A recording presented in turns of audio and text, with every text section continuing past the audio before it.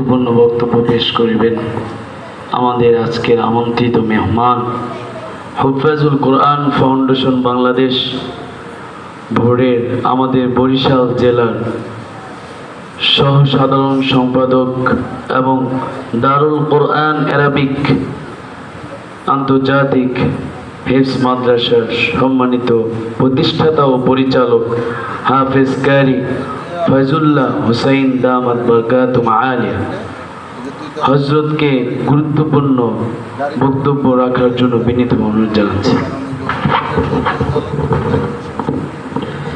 السلام عليكم ورحمة الله وبركاته.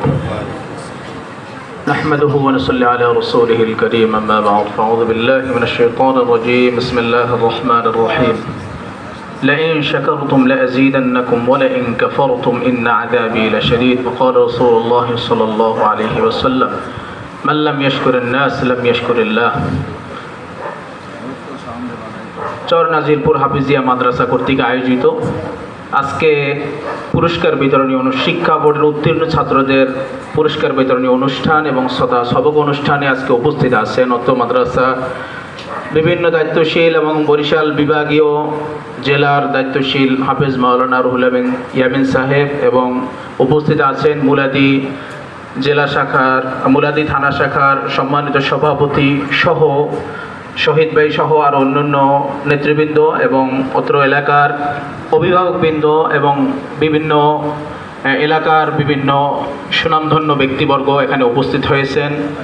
আল্লাহ পাকের দরবারে লাখো কোটি শুকরিয়া আদায় করছি যে মহান রব্বুল আলামিন আমাদেরকে আজকে এরকম একটা মজলিস আমাদেরকে আসা বসা এবং কিছু কথা শোনার মতো তৌফিক দান করছেন, এই জন্য শুকরিয়া আদায় করি আলহামদুলিল্লাহ।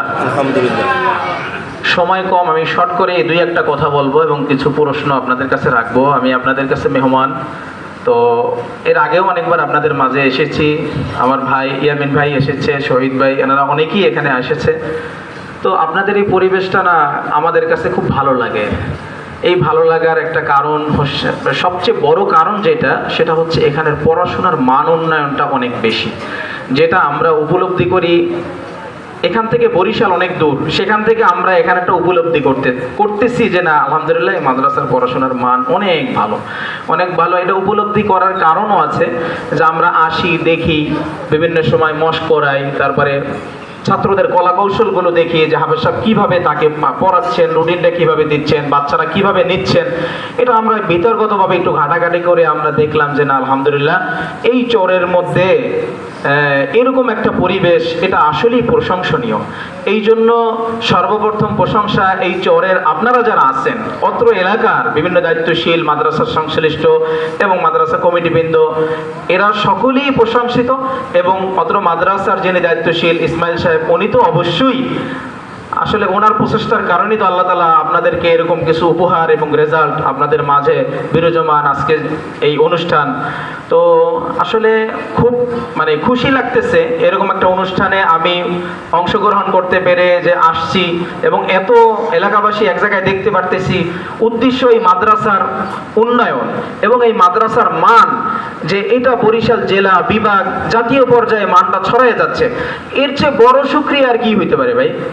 আপনাদের কাছে আমার একটা প্রশ্ন, যে আজকে বরিশাল জেলার মধ্যে অনেক মাদ্রাসার তালিকা আমাদের কাছে আছে, যেই মাদ্রাসা বরিশাল জেলা শহরের থেকেও এত ভালো মান দিতে পারতেছে না, যেটা আপনারা এখানে দিতে পারতেছেন। আপনাদের সহযোগিতায় এই মানটা হচ্ছে।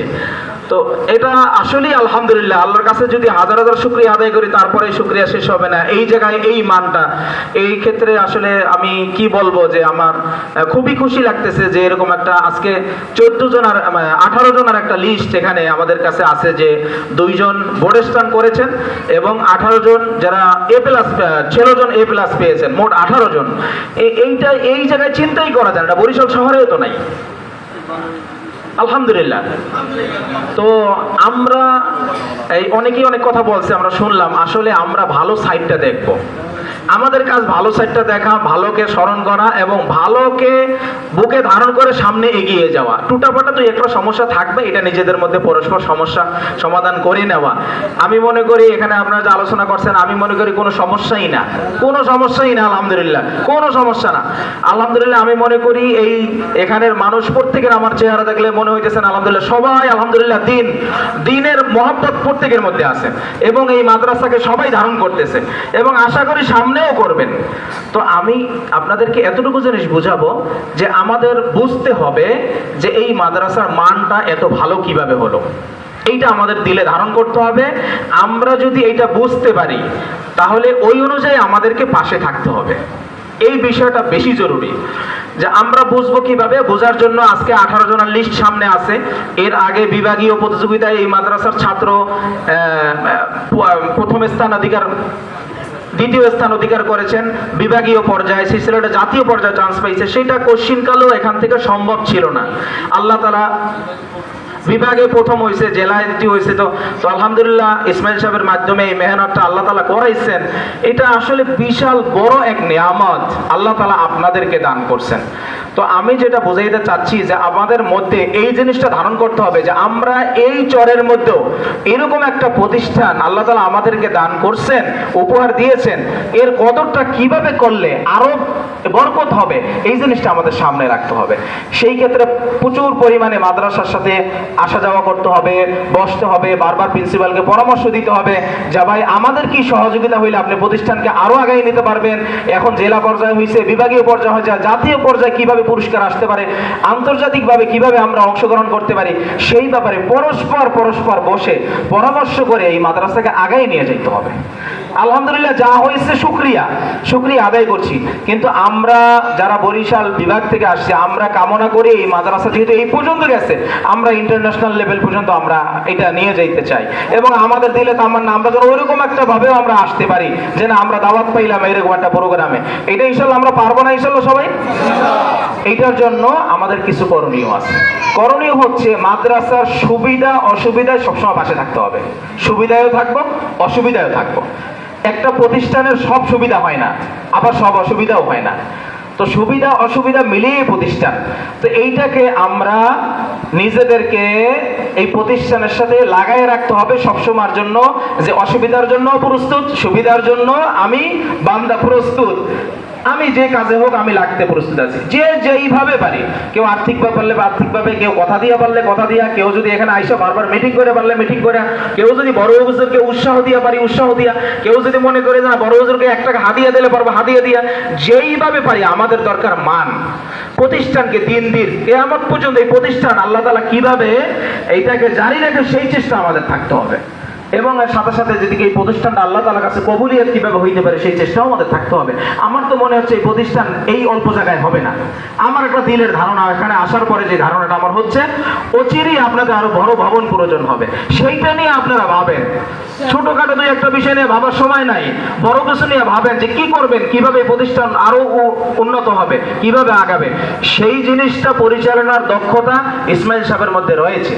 সে আমাদের ছোট ভাই, আমাদের সাথে চলাফেরা করে, আমরা তাকে বিভিন্ন প্রোগ্রামে নিয়ে যাই এবং আলহামদুলিল্লাহ তার তেলাওয়াতের মান ভালো, তাই সে কিরাত করতে পারে যথেষ্ট ভালো। সে এই গায়ে হয়তো আপনাদের কাছে আমাদের কাছে কদর নাও হইতে পারে, কারণ আছে সেই এলাকার ছেলে। সেই হিসাবে আমরা যদি এখন এই লেভেলের একজন হাফেজ আমরা যদি ঢাকার থেকে নিয়ে আসতাম, মিনিমাম হলো 40 থেকে 50 হাজার টাকা হয়তো বেতন লাগতো। তার বিভিন্ন ডিমান্ড থাকতো যে এই লাগবে, এই করেছেন, আমি বিভাগীয় প্রতিযোগিতা পুরস্কার এনে দেবো, জাতীয় লেভেল এনে দিব, এইটা করে দিব, এরকম কিছু ডিমান্ড থাকতে পারতো তার। সে ওই কোয়ালিটির, সেই জন্য তো আলহামদুলিল্লাহ আমরা আপনারা এইটা না চাইতেই এলাকার মধ্যে এরকম একটা সন্তান আমরা পেয়েছি যার অভিজ্ঞতা আল্লাহ তাআলা তাকে ওইভাবে দান করছে যার দ্বারা এরকম ভালো কিছু সম্ভব। তো এখন আমাদের করণীয় হচ্ছে, সে ছোট মানুষ, মাঝে মধ্যে তার উদ্যোগে একটা কথাবার্তায় কোনো কারণে হয়তো ভুল ত্রুটি হয়ে থাকতে পারে। সেই জন্য আমরা মুরব্বীরা আছি, আমাদের কাছেও এটা আপনারা শেয়ার করবেন যে তাকে নিয়ে আমরা কিভাবে সামনে অগ্রসর হইতে পারি। যেমন অনেক বিষয় আমাদের সাথে পরামর্শ করে যে ভাই এটা কিভাবে করতে পারি, মাদ্রাসাটা কিভাবে আগাইতে পারে। প্রচুর ফিকির করতেছে, সেই মাদ্রাসা ডেভেলপ হবে প্রচুর ফিকির করতেছে। হয়তোবা এইটার মধ্যে বোঝার মধ্যে বয়সের তুলনায় কিছু একটা মাঝে মধ্যে একটু এদিক সেদিক হইতেই পারে, যেটা আমারও হয়, হওয়াটাই স্বাভাবিক। কিন্তু এইটাকে আমরা দেখতে হবে এবং এইটাকে ধরে রেখে হবে না, সামনে অগ্রসর হওয়ার জন্য যে পদক্ষেপ নেওয়া দরকার সেইটা তাকে নিয়ে ওইভাবে আগাইতে হবে এবং তাকে ওইভাবেই মূল্যায়ন করতে হবে। এলাকার ছেলে, যেমন আমার এলাকায় আমি যত বড় মাপের হই নাই কেন, আমি ওই ইসমাইলি, আমি ফয়জুল্লাহ। হ্যাঁ, তো আজকে এই মজলিস, সেই মজলিসে সে কিন্তু আমাদের কাছে একটা সম্মান পায়। আমি যদি তার নামটা ইসমাইল বলে ডাকি তাহলে আমার কাছে অসম্মান মনে হবে, কারণ আজকে এই অনুষ্ঠানটা তার ছাত্র এবং তাকে নিয়ে এই অনুষ্ঠানের মূল আয়োজন। এখন সেই হিসাবে সে আমার কাছে ইসমাইল সাহেব। এখন আমি যদি তাকে বলি শুধু ইসমাইল, তাহলে এটা আমার কাছে সঠিক মনে হয় না। তো এরকম কিছু কিছু বিষয় আছে, এটা আমি আলোচনা প্রসঙ্গে বলতেছি। আমি আপনাদের কোনো কারণই জানি না, কি কারণ কি আশেপাশে আমি কিছুই জানি না। আমি আলোচনা প্রসঙ্গে যে জিনিসগুলো আসতেছে আমি সেগুলো বলতেছি। তো অনেক সময় এলাকার মানুষ ওইভাবে তাকে মূল্যায়ন করতে পারে না বা আমাকে পারে না।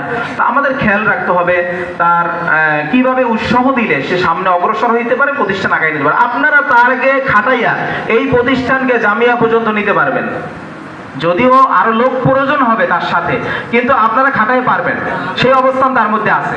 এখন এইটা কিভাবে কি করা যায়, আপনারা বসেন, বসে পরামর্শ করেন। আমি আশাবাদী তার দ্বারা অনেক কিছু আপনারা পাবেন ইনশাআল্লাহ। বড় বড় খেদমত তার দ্বারা হবে। আমরা তার দ্বারা খেদমত নিচ্ছি বিভিন্ন জায়গায়। এইবারও আমরা জাতীয় পর্যায়ে তাকে আমরা কেন্দ্রীয়ভাবে নিয়ে পরীক্ষা নিতে আমরা পাঠাইছি, কেন্দ্র থেকে তাকে পাঠাইছে কোথায়, ওই যে নেত্রকোনায় পাঠানো হয়েছে পরীক্ষা নেওয়ার জন্য কেন্দ্রীয় লেভেল থেকে। তার যোগ্যতা না থাকলে তো এটা পাঠানো হতো না। তার ভিতরে ওই দক্ষতা আছে, সেই ক্ষমতা আছে, সে বিচার কার্যক্রম বুঝে সেই লেভেলের দক্ষতা অর্জন করেছে বিধায় তাকে কেন্দ্র পাঠাইছে। আমাদের এই যে হুফাজুল কোরআন ফাউন্ডেশন যে কেন্দ্র, এই কেন্দ্রের কথা বলতেছি, যেই বোর্ডে আপনাদের ছাত্ররা উত্তীর্ণ হয়েছে সেই বোর্ড থেকে তাকে পাঠাইছে।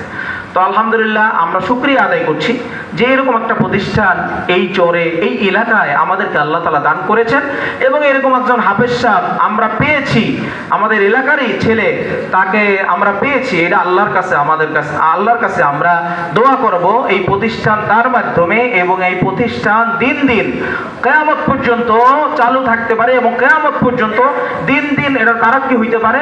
আমরা সেই ব্যাপারে আমরা আল্লাহর কাছে দোয়া করব, ফরিয়াদ করব এবং আমরা চেষ্টা করব ইনশাআল্লাহ। আমি ইনশাআল্লাহ আশাবাদী আজকের পর থেকে, এবং বিগত দিনেও আপনারা প্রতিষ্ঠানে প্রচুর সহায়ক হয়েছেন, আজকের থেকে আরো বেগমানভাবে স্বতঃস্ফূর্তভাবে প্রতিষ্ঠানের সাথে আপনারা লেগে থাকবেন, এই আশা ব্যক্ত করে আমি আমার বক্তব্য শেষ করছি। আসসালামু আলাইকুম ওয়া রাহমাতুল্লাহি ওয়া বারাকাতুহু।